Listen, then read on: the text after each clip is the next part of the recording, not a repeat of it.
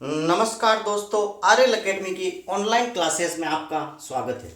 तो आज हम जिस टॉपिक को लेकर चलने वाले, जिस टॉपिक को स्टार्ट करने वाले, उस टॉपिक का नाम है लोकायुक्त। तो जो ये लोकायुक्त है, इस चीज को मैं बताता हूँ कि इस चीज की जो शुरुआत हुई थी सबसे पहले स्वीडन में हुई थी।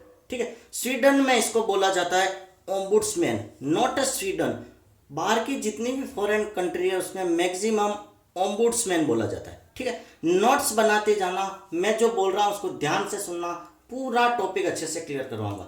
स्वीडन में इसको बोला जाता है ओम्बुड्समैन, और जिसका मतलब होता है the representative of the people, मतलब आम लोगों को रिप्रेजेंट करने वाला।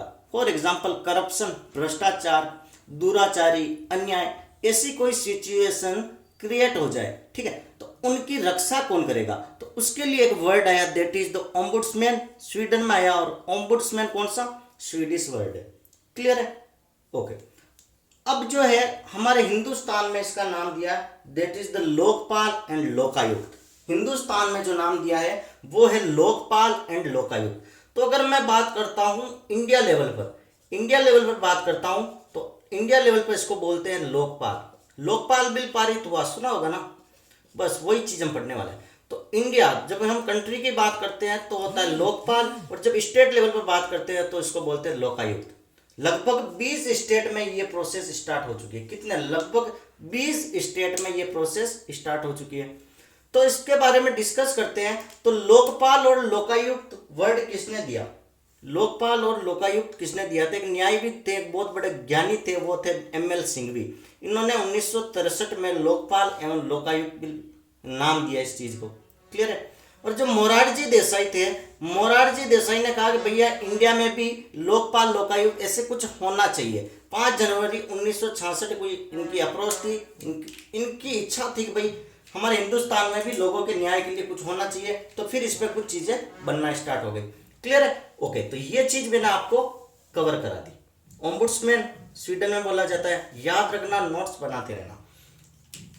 फिर बात करता हूं कि लोकायुक्त होता क्या है। ये कहता है कि पब्लिक ग्रीवेंस अगेंस्ट मिनिस्टर, याद रखना, एडमिनिस्ट्रेशन और पब्लिक सर्वेंट, मतलब जन सेवक, लोक सेवक। पब्लिक सर्वेंट क्या होता है? लोक सेवक। आपके जितने भी एडीएम हो गए, आपके कोई भी गवर्नमेंट टीचर हो गए, जो भी सरकारी पद पर कार्य करता है वो आपका पब्लिक सर्वेंट है, वो जन सेवक है, वो जनता की सेवा करने के लिए आए, ना कि अपना रोब झाड़ने के लिए आए। ठीक है, तो लोकायुक्त कहता है कि हमने बनाया, हम आपको सैलरी दे रहे हैं, हम आपको पैसा दे रहे हैं, तो आप लोगों की मदद कीजिए, लोगों की हर एक रिक्वायरमेंट को पूरा कीजिए। ऐसा नहीं कि आप भ्रष्टाचार कर रहे हो, लोगों का काम अटका रहे हो, लोगों को चीट कर रहे हो, ठीक है, 2-2 महीने तक लोगों को परेशान कर रहे हो। सरकार ने कह दिया कि हम पेंशन देंगे गरीबों को, बेचारा गरीब रोज आ रहा है, और आप पैसे खाने के चक्कर में उसको परेशान कर रहे हो। तो आप डायरेक्ट लोकायुक्त में जाइए। लोकायुक्त में कंप्लेन आप ऑनलाइन भी भेज सकते हो। ठीक है, 10 रुपये का कुछ होता है चार्ज, और आप ऐसे कंप्लेन कर सकते हो। ठीक है, तो काफी अच्छा ये स्टार्टअप था। तो चलो अब इंडिया में इसका कैसे क्या शुभारंभ होता है। तो 1970 में बिल पारित कर दिया था उड़ीसा ने। सबसे पहले जो बिल पारित किया था उड़ीसा में। भाई बिल तो पारित कर दिया, लेकिन लागू कब से किया? 1983 में। तो फर्स्ट स्टेट है जिसने लागू कर दिया, that is the Maharashtra. Maharashtra में ये चीज स्टार्ट हो गई। और हमें जो मेन याद रखना है कि राजस्थान में कब आया? 1973। क्लियर है? और राजस्थान के जो फर्स्ट लोकायुक्त थे वो थे आईडी दुआ, और जो प्रेजेंट में वर्तमान में है प्रताप कृष्ण लोहरा। इनको 2021 में शपथ दिलाई गई, और किसने? कलराज मिश्र। मैंने एक चीज क्लियर की थी कि जो इंडिया का मालिक होगा, इंडिया का पहला कौन होगा जिसको सबसे ज्यादा पावर होती है? एक तरीके से वैसे देखो पीएम को होती है, लेकिन किसको मानते हैं हम? राष्ट्रपति को। जैसा सेंट्रल में राष्ट्रपति होता है, वैसा ही किसी स्टेट के लिए राज्यपाल होगा। ठीक है, तो राज्यपाल के लिए आपको पता चल गया, इंडिया में लोकपाल बोलते हैं, राजस्थान स्टेट में लोकायुक्त बोलते हैं। यहाँ तो कोई इश्यू, कोई डाउट? ओके, कोई टेंशन रखनी नहीं है, सारी चीजें मैं 1 by 1 क्लियर करवा रहा हूँ। चलो, तो इतना सब क्लियर कर ले। ओके,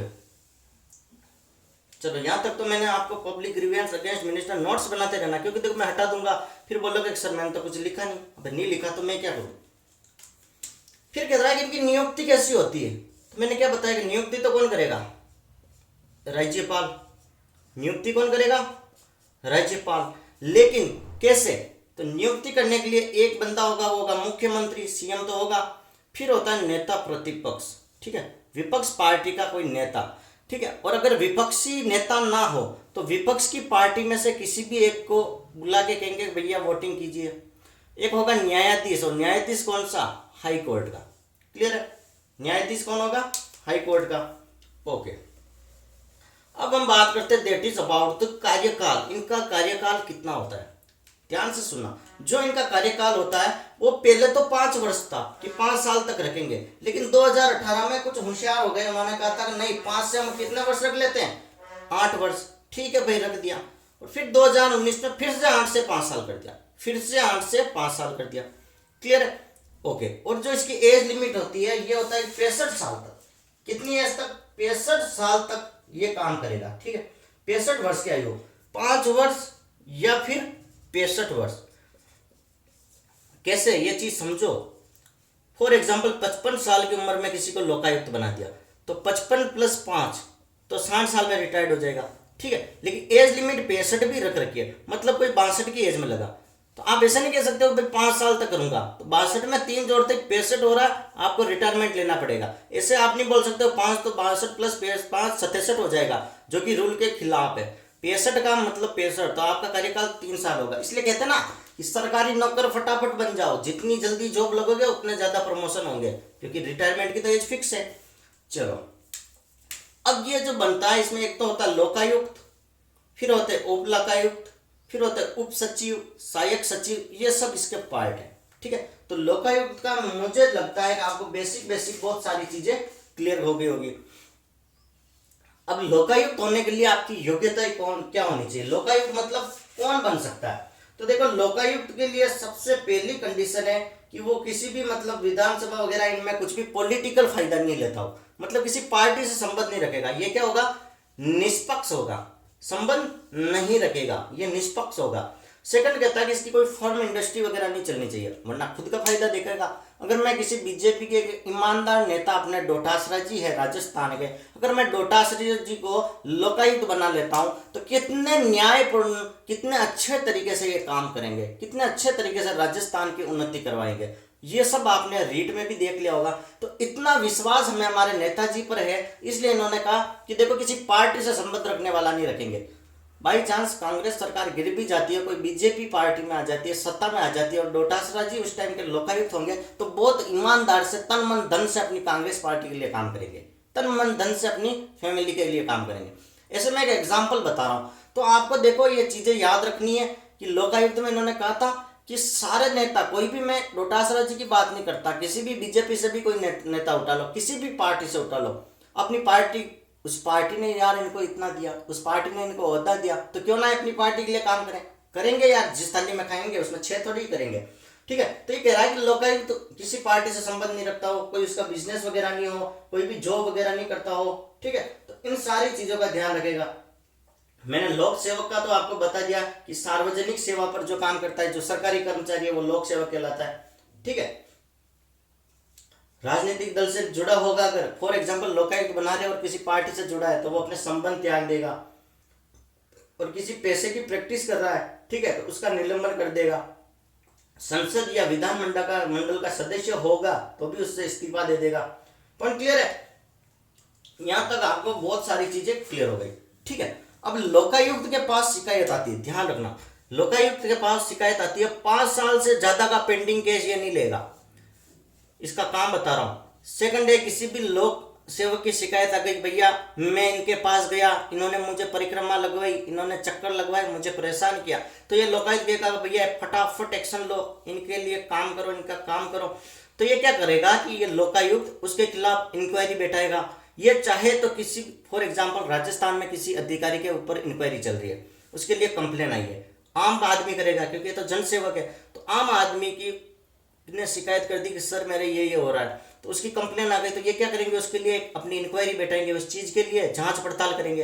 अब इंक्वायरी में ये चाहे तो गवर्नमेंट डाटा भी मंगवा सकता है कि भाई 10 साल का इसका रिकॉर्ड बताओ, इसकी पोस्टिंग कहाँ हुई थी, कोई करप्शन तो नहीं किया, इसकी प्रॉपर्टी क्या, तो सारी चीजें ये लोकायुक्त देखेगा। थर्ड कह रहा कोई बंदा शिकायत करता, ठीक है, एक होता है शिकायत करता।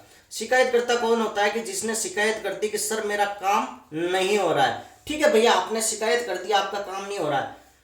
फिर इनको पता चला कि भाई शिकायत तो गलत थी, तो इसके लिए भी दंड का प्रावधान, मतलब इसके लिए दंड वगैरह कि भाई इसने गलत किया तो इनको भी निष्कासित करता है, इनके लिए सजा के लिए जो भी कुछ होती है इंक्वायरी वो करता है। एक चीज मैं और बता दूं कि लोकायुक्त क्या करेगा कि फॉर एग्जाम्पल किसी पब्लिक सर्वेंट की कंप्लेन आ गई, दोषपूर्ण भी पाया गया, तो डायरेक्ट लोकायुक्त उसको दंडित नहीं करेगा, उसके लिए राज्यपाल को सिफारिश करेगा। फिर जो ये विधानसभा वगैरह जो इनका सदन चलता है तो वहां पर बैठक होगी, वहां पर डिस्कस होगा कि भाई क्या किया जाए, फिर उसके प्रति एक्शन लिया जाएगा। डायरेक्ट लोकायुक्त कभी भी इसमें पार्टिसिपेट नहीं करता है। ठीक है, क्लियर है? ओके, अब चलते हैं। अब हम जिस चीज पर बात करेंगे that is the Rajasthan Lokayukta और उप लोकायुक्त अधिनियम 1973। राजस्थान में कब से? 1973 में लागू हुआ ना, तो 1973 का आएगा कि राजस्थान, इस चीज को अच्छे से पढ़ना, यहां से क्वेश्चन बनता है। राजस्थान लोकायुक्त, राजस्थान लोकायुक्त और उप लोकायुक्त अधिनियम, उप लोकायुक्त अधिनियम 1973।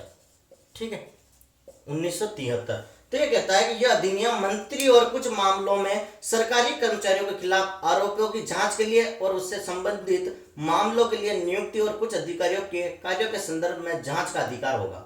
ठीक है, समझ में आया? ये कह रहा है कि सरकारी कर्मचारियों के खिलाफ कुछ आरोप होता है तो उसकी जांच के लिए, उसके लिए संबंधित अधिकारी वगैरह नियुक्त करेगा, उनकी इंक्वायरी करेगा। ठीक है, ये कह रहा है कि राजस्थान में लोकायुक्त एवं उप लोकायुक्त अधिनियम 1973 पारित किया गया। ठीक है, तो ये कब से प्रभावी हुआ, कब से अच्छे तरीके से लागू हो गया?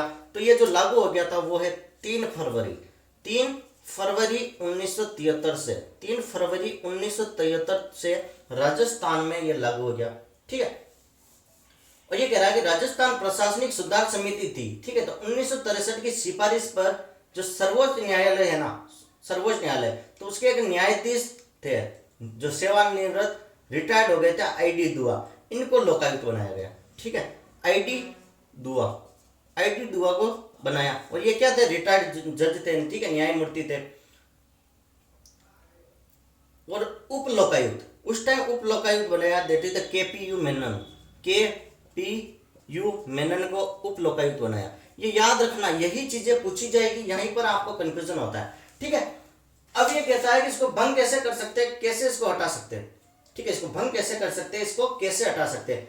लोकायुक्त अगर खुद के फायदे के बारे में सोचने लग जाए, ये पार्शियलिटी करने लग जाए, ये अच्छे से न्याय ना करे, इसका कदाचार अच्छा ना हो, जिस चीज की इसको शपथ दी वही काम नहीं करा, अरे जिस चीज के लिए तुम्हें तनख्वाह दे रहे, पेमेंट दे रहे, वही काम नहीं कर रहे हो, तो इसको कहेंगे हटाओ उस साले को, भगा दो। तो लोकायुक्त की जो पेमेंट होगी वो कैसे होगी? ये भी तो अच्छा क्वेश्चन है। जो लोकायुक्त की पेमेंट होगी माय डियर फ्रेंड, ये होगी जो जजेस वगैरह होते हैं ना, उनके हिसाब से दी जाएगी। ठीक है, जो मुख्य न्यायाधीश होता है ना राजस्थान का उच्च न्यायालय हाई कोर्ट का, उसका समान होगा मुख्य न्यायाधीश। ठीक है, या फिर कोई भी अदर न्यायाधीश होता है उसी की तरह उनको वेतन मिलता है, भत्ते मिलते हैं। ठीक है, कार्यकाल का चीज मैंने आपको क्लियर कर ली थी। ठीक है, यहां तक क्लियर है?